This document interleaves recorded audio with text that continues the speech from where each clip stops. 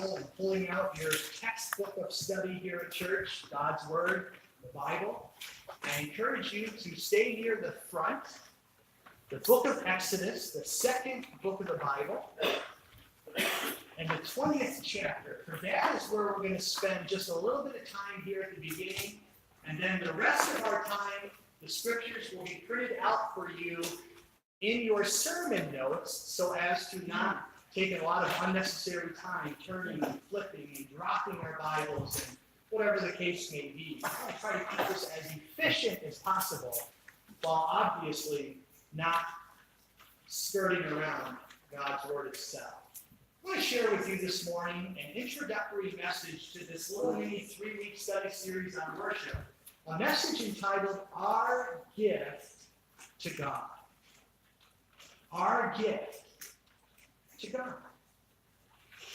From the Daily Bread devotional from June 4th, 1997, I read, "Imagine for a moment what a heavy schedule of appointments President Abraham Lincoln had to keep day after day, especially when trying to preserve the Union during our nation's horrible Civil War.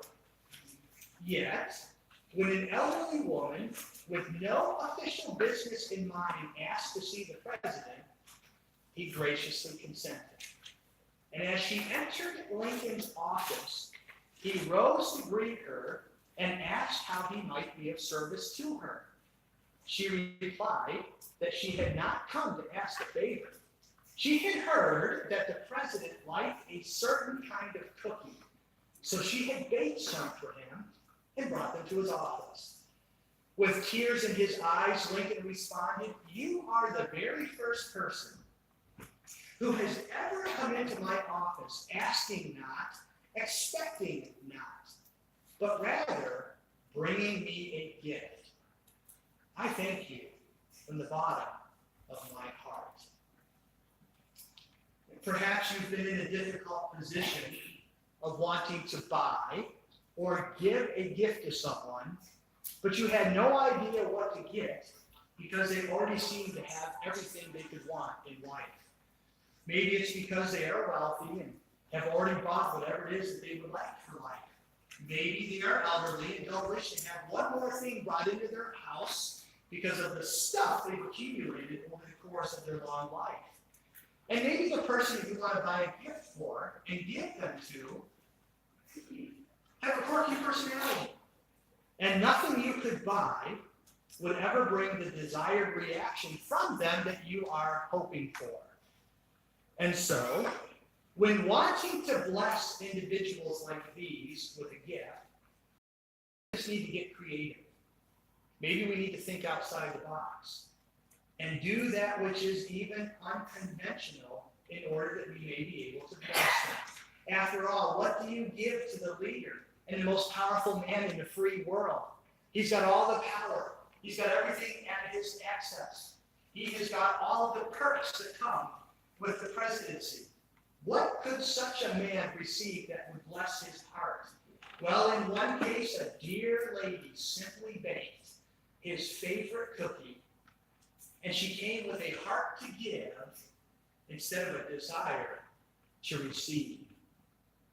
This morning, as we begin a brand new study series on worship here at the Charleston Church, the question being asked is this: what do we, as adopted kids in God's family, what do we give to our Heavenly Father, Almighty Creator of the universe, who sits enthroned on high in the majesty and splendor of heaven?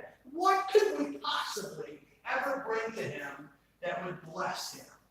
What gift could we ever come up with to give the God of the universe that would be considered appropriate, especially when we are so accustomed to asking of Him instead of giving to Him?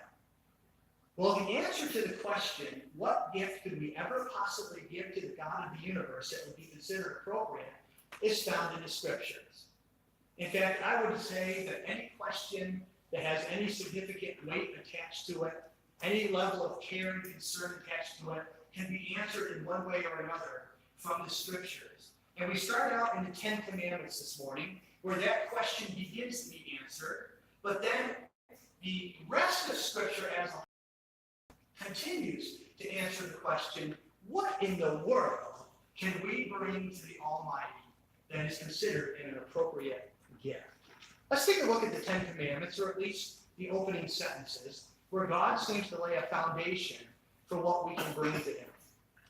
In the first sentence, we read how God spoke all these words, saying, I am the Lord your God, who brought you, the context of this is the nation of Israel, of course, out of the land of Egypt, out of the house of bondage.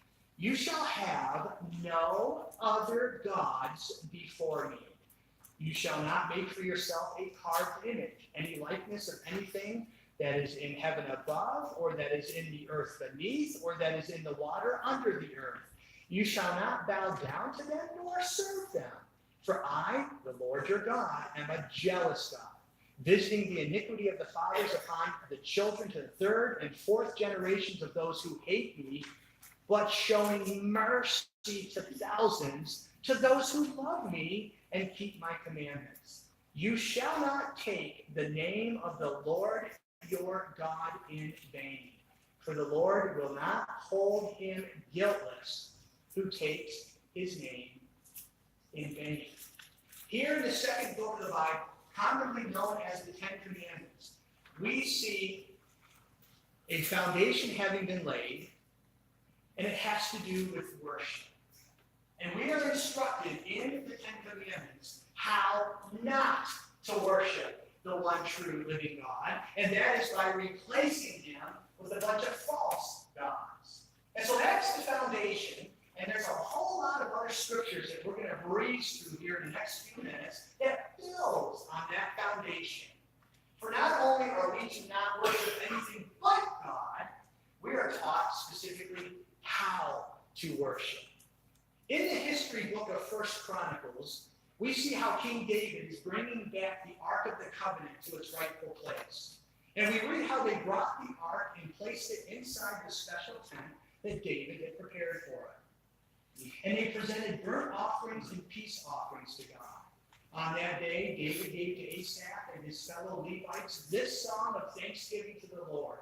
Give thanks to the Lord and proclaim his greatness. Let the whole world know what he has done. Sing to him. Yes, sing his praises. Tell everyone about his wonderful. Exalt in his holy name. Rejoice, you who worship the Lord. O nations of the world, recognize the Lord. Recognize that the Lord is glorious and strong. Give to the Lord the glory he deserves. Bring your offering and come into his presence. Worship the Lord in all his holy splendor. In the book of Psalms, which is the hymnal for the nation of Israel, it's their song, it's their worship and praise manual. We are exhorted to honor the Lord for the glory of his name. Worship the Lord in the splendor of his holiness. Come, the invitation is extended. Let us worship and bow down. Let us, in fact, kneel before the Lord our Maker. Worship the Lord in all his holy splendor. Tremble before him. Exalt the Lord our God. Bow low before his feet, for he is holy. Exalt the Lord our God and worship in his holy mountain in Jerusalem, for the Lord our God is holy. I bow before your holy temple as I worship. I praise your name for your unfailing love and faithfulness. For your promises are backed by all the honor of your name. And then in the history book of 2 Kings, we read how the Lord had made a covenant with the descendants of Jacob. And he commanded them, do not worship any other gods, or bow down before them, or sacrifices to them, but worship only the Lord, who, by the way, brought you out of Egypt with great strength and a powerful arm. Bow down to him alone and offer sacrifices only to him. Church, we need to understand that worship God is of utmost importance. That passage of scripture that I just read to you out of the history book of 2 Kings didn't come before the nation of Israel was born. It was spoken after the nation was taken away into captivity because they refused to worship God alone. But they worshiped every other false god, every other man-made idol under the sun, except the one who reminded them over and over and over again where he had brought them from. Egyptian enslavement to freedom, to a land flowing with milk and honey, to houses to live in that they did not build, vineyards to enjoy that they did not grow, wells to drink from that they did not dig. That's the God that brought them out of Egypt. And it's the God they rejected. And because they rejected him and went after idol worship, God rejected them. And he allowed them to be carried away in captivity. And in captivity, he's still preaching to them. Worship the one true living God. Worshiping God is of utmost importance. In the book of Daniel, we read about three fine, valiant, heroic, young men named Shadrach, Meshach, and Abednego. And they replied, "Oh, Nebuchadnezzar, king of Babylon, we do not need to defend ourselves before you. If we are thrown into the blazing furnace, the God whom we serve is able to save us. He will rescue us from your power, your majesty. But even if he doesn't, we want to make it clear to you, your majesty, that we will never serve your gods or worship the gold statue you have set up." You see, there was a wicked law passed specifically to, I think, undermine the Jewish people. There's always been an attempt to undermine God's people. And a golden statue was erected. And whenever the music was played, people were to bow down in the direction of that idol. And everyone did so, except for three young men in the land. And they stuck out like sore thumbs because the entire nation collapsed on their face in front of the statue, except for the three who stood and faithfully refused to worship a false god. The penalty for such was to be thrown into a fiery furnace. And whenever the king heard that these young men refused to do so, the Bible says his face grew distorted with rage. And he ordered that the fiery furnace be heated up 7 times hotter than it was. So very hot, in fact, that when they were thrown in, the people who threw the 3 young men into the fire burned to a crisp in an instant. Nebuchadnezzar came as close as he could to the door of the flaming furnace and shouted, "Shadrach, Meshach, and Abednego, servants of the Most High God, come out and come here," because he had looked in. And he said, "How many did we throw in the fire?" And the servant said, 3. "Well, I see 4 walking around in the pit of that fire, and one looks like the Son of God." Then Nebuchadnezzar said, "Praise the God of Shadrach, Meshach, and Abednego. He sent his angel to rescue his servants who trusted in him. They defied the king's command and were willing to die rather than serve or worship any god except their own God." Fast forward about 500 some years, we come to the church age. And we read how Jesus was born in Bethlehem in Judea during the reign of King Herod. About that time, some wise men from eastern lands arrived in Jerusalem. "Where is the newborn King of the Jews? Because we saw his star as it rose, and we have come to worship him." Later on in the book of Hebrews, we read that when God brought his supreme Son into the world, God said, "Let all of God's angels worship him." Family, if the angels of heaven bow before the Lord Jesus Christ, shouldn't we make such an effort? In the last book of the Bible, as John is given a sneak peek into future events, and the curtain of heaven is pulled back, we read that whenever the living be glory and honor and thanks to the one, Jesus, sitting on the throne, the one who lives forever and ever, John said, "I saw 24 elders fall down and worship the one sitting on the throne, the one who lives forever and ever. And they lay their crowns before the throne and say, 'You are worthy, O Lord our God. You are worthy to receive glory and honor and power, for you created all created what you please. I, John, am the one who heard and saw all these things. And when I heard and saw them, I was so overwhelmed, I fell down and worshiped at the feet of the angel who showed these things to me. But the angel said, no, don't worship me. I am a servant of God, just like you and your brothers and the prophets, as well as all who obey what is written in this book. Worship only God. The scriptures make it very clear. God demands our worship. He deserves our worship. We have a church family member who couldn't be here this morning. Her name is Jamie. And her best friend in life is her dog, Rocky. And there's a very special reason why that dog is so near and dear to her. I won't get into it this morning. I've kind of talked about it in prayer briefings this week. She came to me this week when her dog was sick, and she said, I love that dog so much. I need that dog in my life. Is this dog an idol? I said, Jamie, can you give thanks to God for providing that dog in your life? Can you give thanks to God for bringing that dog into your life to be a companion and to be a protector for you? Because, Jamie, if you can give thanks to God for it, that's not an idol. It has not taken the place of God in your life, but you are viewing it as a blessing from Him. Worship only God. One of the great praise songs that we sing here at the Charleston Church, we just sang a few moments ago, is Wonderful, Merciful Savior. And the lyrics go like this, just for reinforcement's sake. Wonderful, merciful Savior, precious Redeemer and friend. Isn't that an awesome truth? He's not only our Redeemer, He purchased us from the slave market of sin. Just like He did as a whole for the nation of Israel, He did so for us as individuals. He's also our friend. We can go to Him at any time. We can have it out with Him. We can worship Him. We can listen to Him. We can praise Him. We can talk to others about Him. He's our friend. He's wonderful. He's merciful.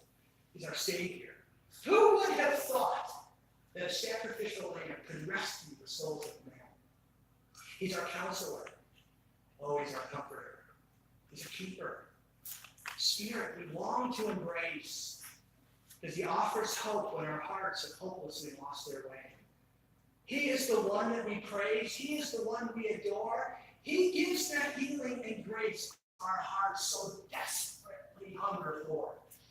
Almighty, infinite Father, faithfully loving your own, here in our weakness you find us in worship, falling before your throne.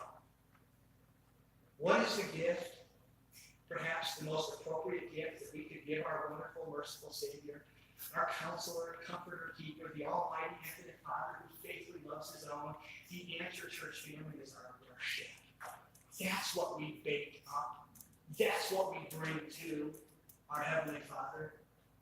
Pastor Johnny Hunt, a very well-established, gifted communicator of God's Word, describes worship as a compound word that means to give worth to something. Worshiping God is you and I acknowledging that He is worthy of what we are giving. And what are we giving when worshiping God? Well, we're giving Him our time. That's why we're here today. We're giving Him a couple of hours on the Lord's Day, the day that we celebrate His victory over death and Satan and sin. We give Him just a handful of hours, one day a week. When we worship, we give Him our time. We give Him our heart. We give Him our attention. And we give Him our very best. Guys, I sang the best I could this morning for my Lord. Oh, it's not going to win me a Grammy. I'll never be American Idol. I'll never be discovered by some recording artist. But you know what? God heard. And He heard my very best song unto Him this morning. Did you sing your best for God this morning? Did you give your best for God this morning? Are you listening your best to God right now? Are you serving God the best that you have to serve Him with when the opportunity arises? Because that is worship. When we come to church, our attention is on Him as much as possible. When singing at church, we lift our voices to Him with the most enthusiasm that we can possibly muster up. I've heard so many years, and I actually kind of bought into this a time or two myself.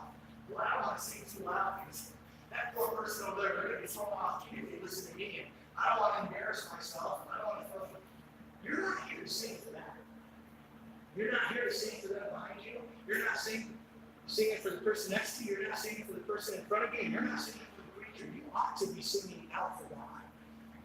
And He doesn't get a rip if you get every note good, or you don't hit a single one right at all. Did you hear my son singing this morning? See, he doesn't know this, but the microphone he was holding on to wasn't even plugged in. But it helps him pay attention. And he sings out for God. He doesn't sing very loud. And I want him singing out loud. But I don't want him to be a distraction either. And so there's that fine line. I don't want people singing obnoxiously. I want people singing enthusiastically. Remember, we're not singing for the people around us. We're singing for the one who has saved us. When giving in church, we do the very best we have to give. When living life outside the church, we do so to please and honor Him. When making decisions, we are quick to involve Him. And when we draw near to Him in personal worship, Bible reading, and prayerfulness, we listen to Him and then we endeavor to obey Him. See, all of this is worship. Worship is so much more, church, than just singing at 11 o'clock on Sunday morning. Worship is a lifestyle. It encompasses every area of our life. Ronald Allen, in his book, Worship, Rediscovering the Missing Jewel, asked the question, what then is the worship of God? The answer is, it's the celebration of God. When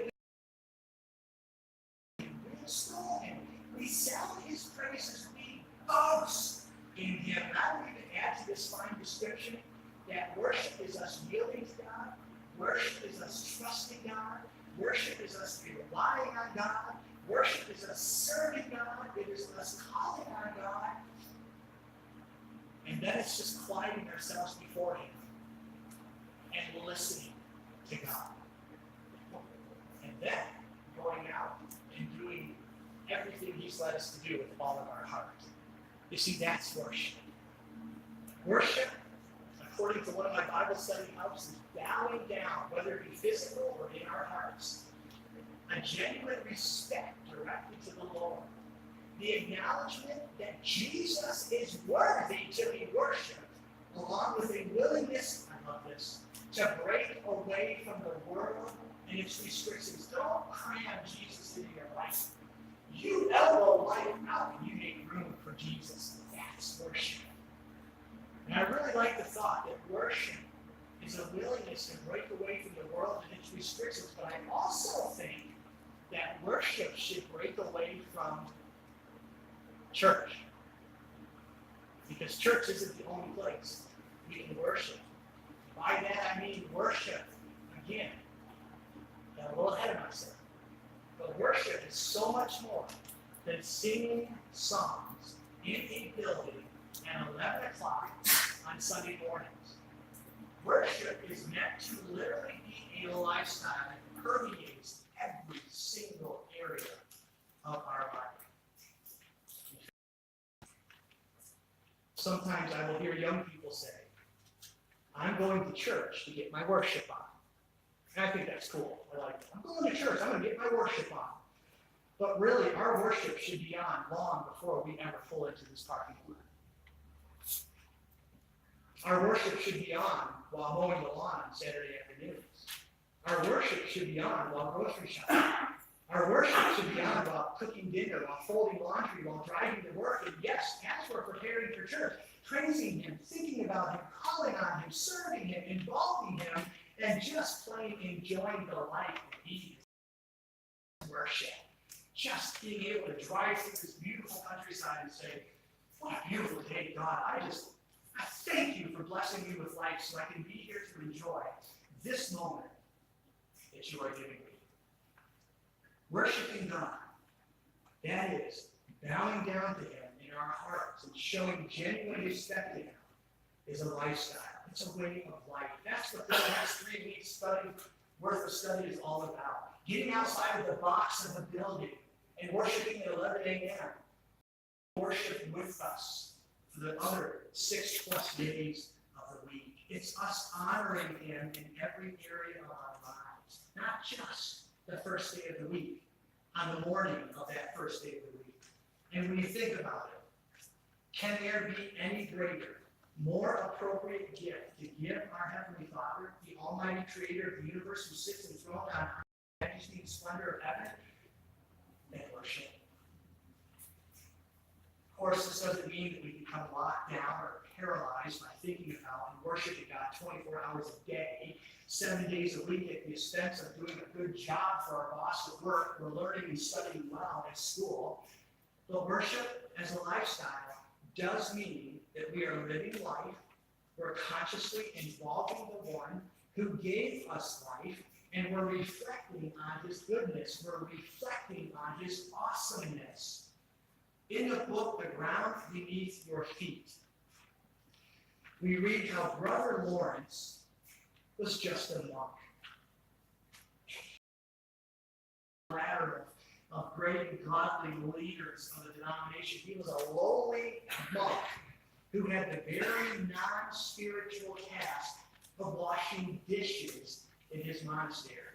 Yet, through the experience, Brother Lawrence discovered some insights into spiritual disciplines. He later wrote the short little book, The Practice of the Presence of God. And here's a nice quotation from that book that is helpful in making the worship of God a lifestyle. Brother Lawrence thought it was a shame that some people pursued certain activities, mistaking the means for the end. He said that our sanctification, our holiness, does not depend as much on changing our activities as it does on doing those activities for God rather than ourselves. Let's go back to unselfing for a moment. If all I'm ever doing is clicking selfies and sending them to people so that they can see how good my hair is today, or my new suit, or just whatever it is that's drawing attention to myself, after a while, you become distracted. You lose your focus. You do it for yourself. But if you're sending a selfie and you want to show the person who bought you that new suit, thank you so much for this suit that you have sacrificially paid for me to enjoy wearing. I'm going to praise God and give thanks to you for making that happen. The most effective way Brother Lawrence had for communicating with God was to simply do his ordinary work. He did this obediently. He did it out of pure love for God, purifying it as much as humanly possible. He believed it was a serious mistake to think of our prayer time as being different from any other time. Our actions should unite us with God when we are involving him in our daily activities, just as prayers unite us with him in our quiet devotions. Guys, when you go out and you wash your car tomorrow, or whenever, did you know you can honor God and worship him while washing your car? You can sing, you can whistle, you can quote scripture that you've hidden in your heart. You can think about what you heard at church the day before. You can just be thinking about his awesome and goodness. We are not jumping from non-spiritual things to spiritual things. And prayer is of no more worth than taking out the garbage if it is not done toward God rather than ourselves. Worship as a lifestyle leads us toward God and away from ourselves. That is what is remarkable about the title of Brother Lawrence's book.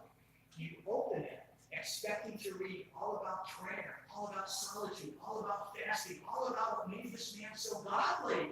Instead, you read about him doing dishes. He goes away from looking at our outward actions and points us to the heart.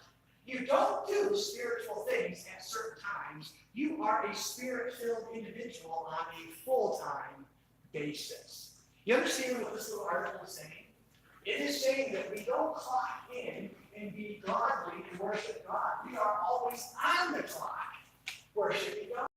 We don't just set aside a certain time of the week, okay, I'm going to go get my worship on. We are always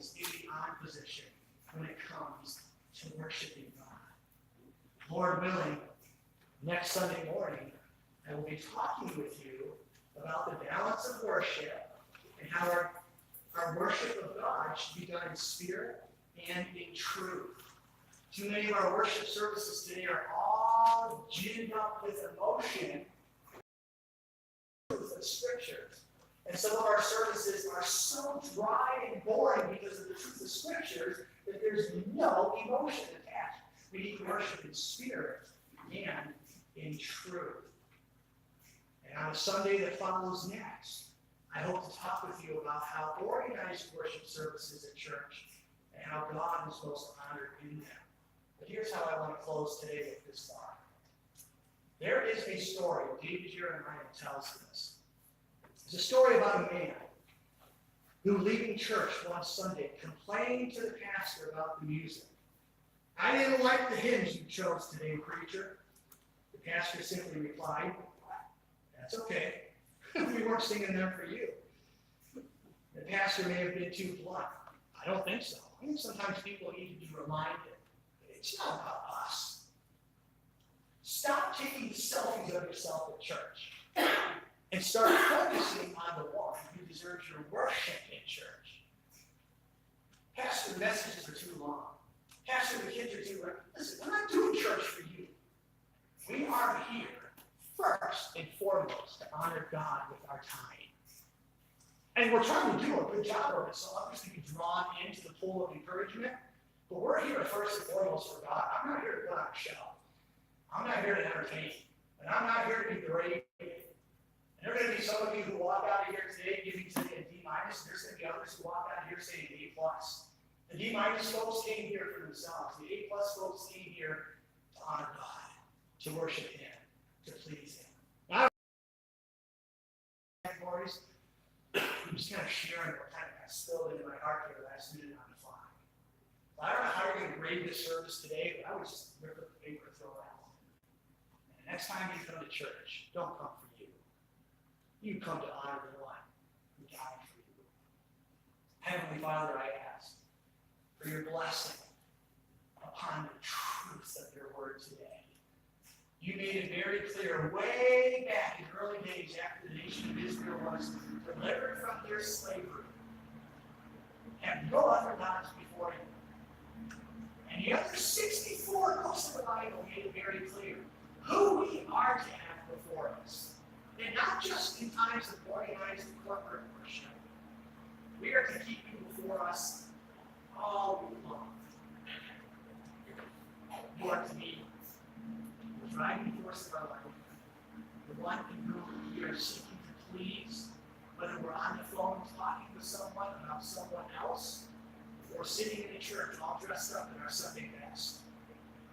We need to be careful. Little eyes, what we see. Little ears, what we hear. Little lips, what we say. Because we're in a constant state of worship. And how do we worship when we're slandering others or involving ourselves in some sort of activity that is unholy? So, Lord, this is a very important topic. Raise us up to be people of worship, not just people who clock in and then clock out. Thank you for this study. I'm looking forward to it. I'm excited about the next 2 weeks. I'm excited about what you're going to show me, what you're going to show us. Bring this service to a close, Lord. Send us home. Glad we came to church to honor you today. This we pray in Jesus' name.